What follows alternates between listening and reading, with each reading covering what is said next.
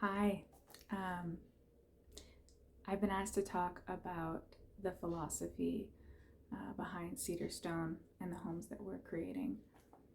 My name's Adrienne Fainman, and I am the designer. I could actually talk for days about the philosophy behind our work. So I'm going to try to summarize a few of the important elements that have driven us to create what we've created. So most people, when they think about sustainability, sustainable homes, we're talking about energy efficiency. That's the most common metric that's used to say whether or not a building of any kind is sustainable. So we've taken that idea and we've gone a lot further. I work with Quayo. For those of you who've ever met Quayo or know Quayo, you'll know that he, first of all, is very humble. So I'm gonna speak about his what he's offering for him right now. He is somebody who approaches everything with so much care. He really embodies the idea of how you do one thing is how you do everything. And for him, quality is in everything he does. From his woodworking, his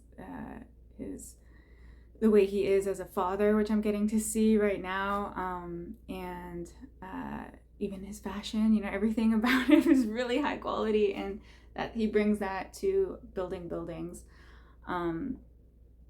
So what that means is it's beyond how energy efficient a house performs.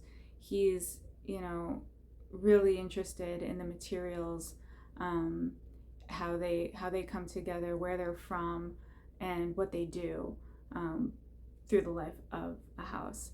And that's where he and I are totally aligned.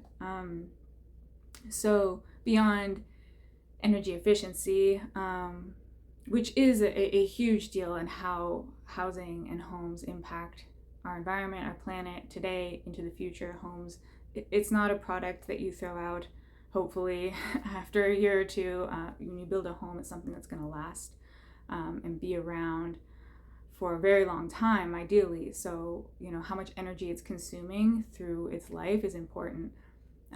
It's also important, the materials, how much energy was used to create the materials, and the durability of the house. How long is this house even going to perform for? How long will it last before it needs serious repair?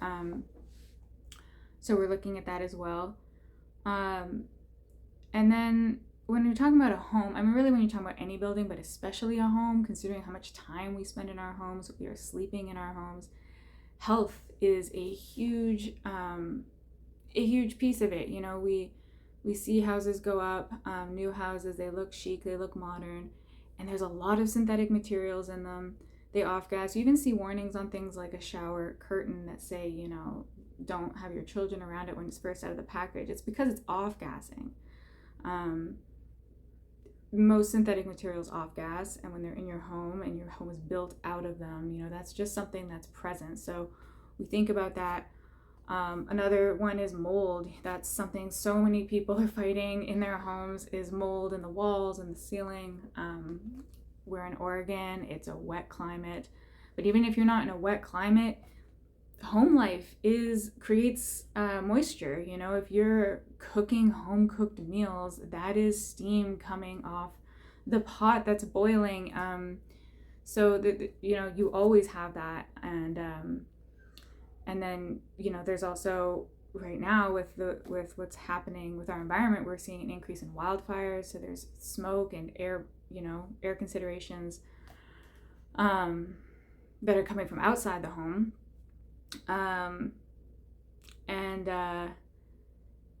We're looking at all of that, and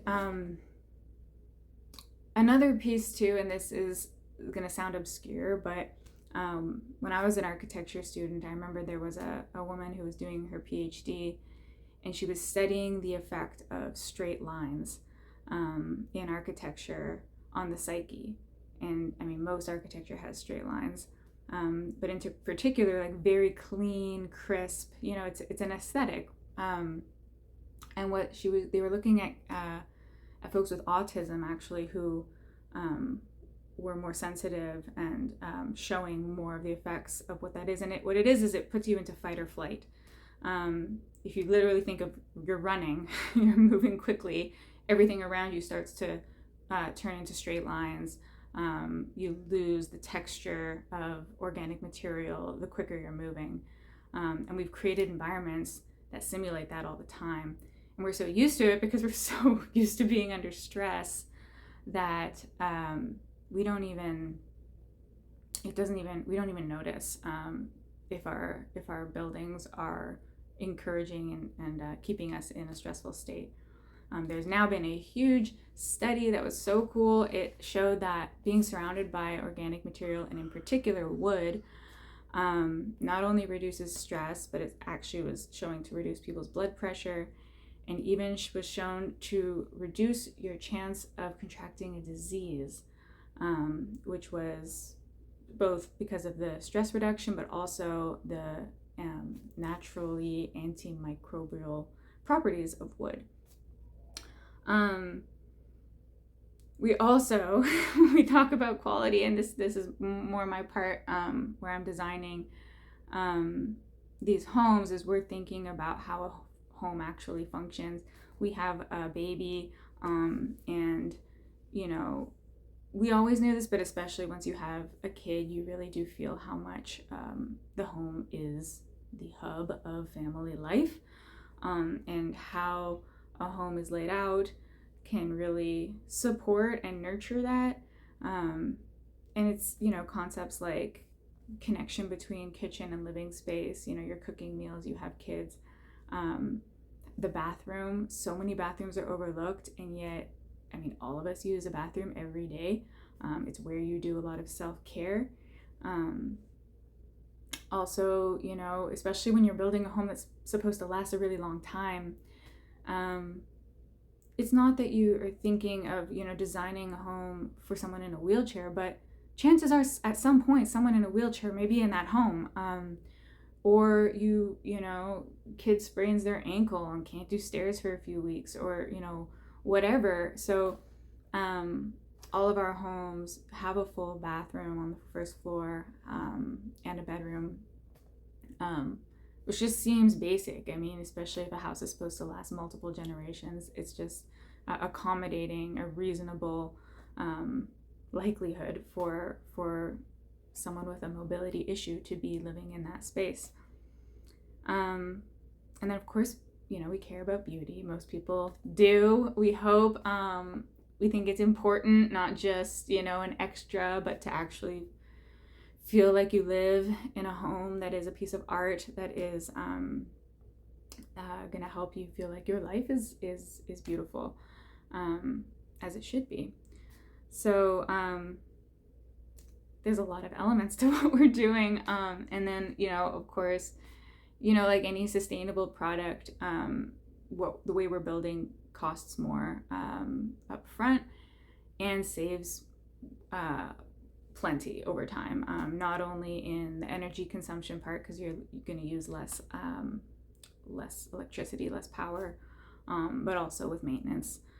A lot of our homes are constantly needing to be repaired, mold issues, rat critters issues, plumbing issues, brittle drywall breaking, things needing to be painted. There's a lot of cost actually that people are spending over the course of owning a home, and ours, what we're proposing and what we're building will have a fraction of those costs. So we're saving people money, saving people time, because we all deserve good housing. Housing is a human right, and it shouldn't just be that housing is a human right, but good housing, proper, adequate, beautiful, wonderful housing. So I said a whole bunch of things, and I'm gonna just geek out for a minute. If you know me, you know actually my background before architecture was in mathematics. There was a time where I wanted to be a mathematician, and I loved math because I thought it was beautiful. That's really strange to a lot of people, but if you're in math, you know what I mean. And when people ask, like, what does that mean for math to be beautiful, we talk about a proof, right? There's beautiful proofs, and then there's really clunky, ugly proofs.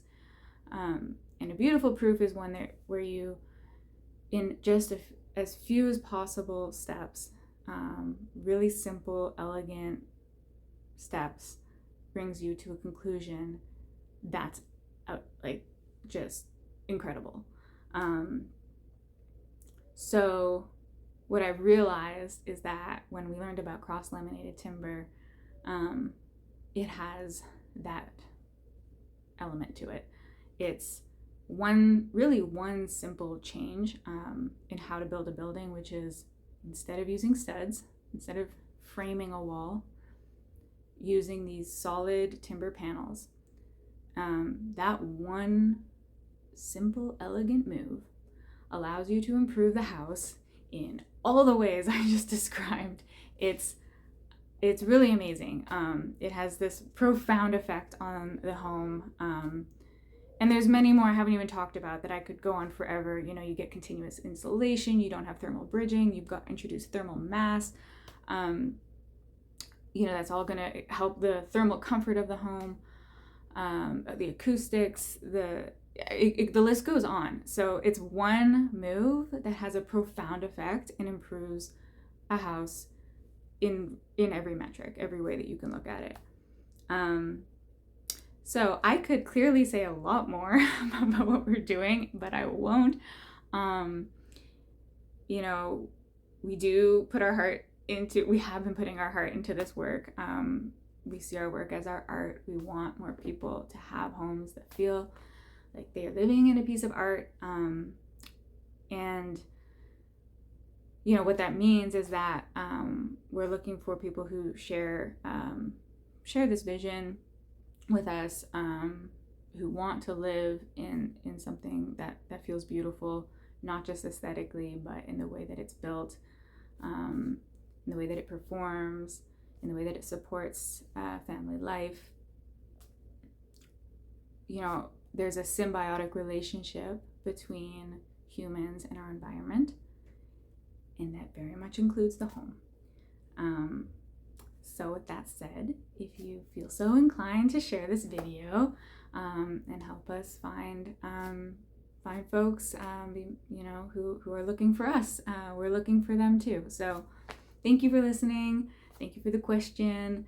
And yeah, I'll share more soon. Thank you.